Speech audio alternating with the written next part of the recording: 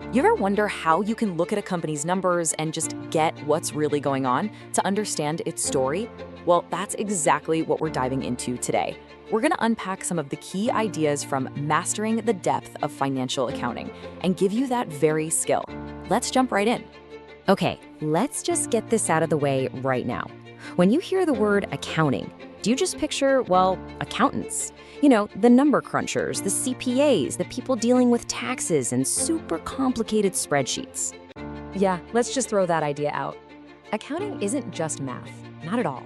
It's the language that every single business speaks. It tells you everything, the company's health, its past, and even where it's probably headed. And stick with me, because by the end of this, you're gonna know how to speak it. So every business story, at its heart, starts with money coming in the door. And in the world of accounting, that story begins with a really important concept: accounts receivable. So, what in the world is accounts receivable? You'll hear people call it AR all the time. And really, it's super simple. It's just the money that other people owe you. You've already done the work, you delivered the goods, but that cash just isn't in your bank account quite yet. Think of it as a promise of future payment, and because of that, it's considered an asset for your business. Let's make this super concrete with a simple example. Imagine you own a coffee shop. A local office calls you up for a huge coffee order for their morning meeting. You deliver it all, that's step one. Then you send them an invoice that says, hey, you have 30 days to pay me. The moment you send that invoice, that unpaid bill, that promise of payment, bam, that's now part of your accounts receivable. It's real value you've created and you're just waiting for it to come home. Okay, so why should you care about this? What's the big deal? Well, your AR is literally a peek into your future. It tells you exactly how much cash you should expect to see coming into your business pretty soon. Now, if you manage it well, you can predict your income. But it can also be a red flag. If your AR is getting bigger and bigger, way faster than your sales, it might mean your customers are having a hard time paying you.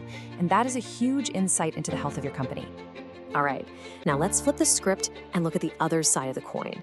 Because, business isn't just about the money coming in. It's also about the money that has to go out. And that brings us to accounts payable.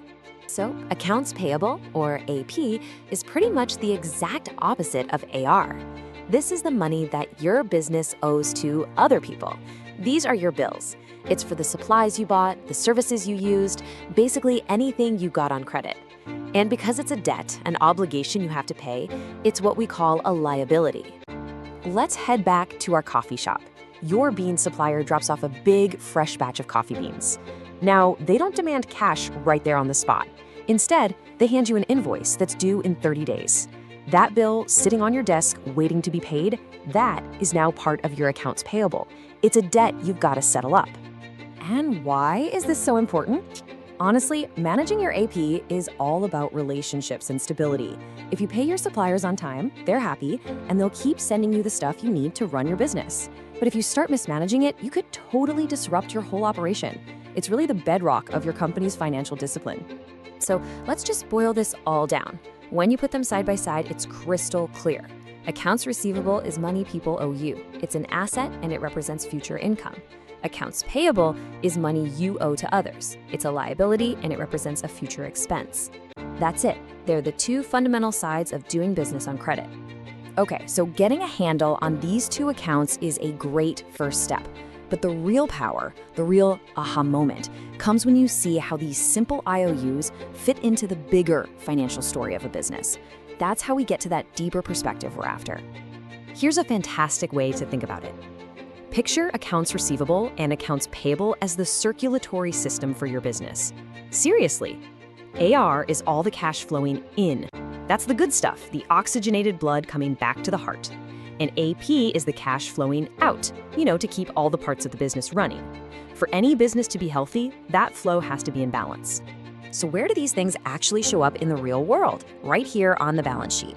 Look, on one side, you've got your assets, what you own. And there it is, accounts receivable. It's value that belongs to you. And on the other side, liabilities, what you owe. And boom, there's accounts payable. It's a debt you have to pay. See, they're not just abstract ideas. They are literally the building blocks of a company's financial skeleton. Okay, so let's pull all of this together. What are the main takeaways here? What is the story that these numbers are trying to tell us? First off, accounting really, truly is the language of business. Second, you now get the two fundamental sides of credit. Accounts receivable is the money coming in, and accounts payable is the money going out.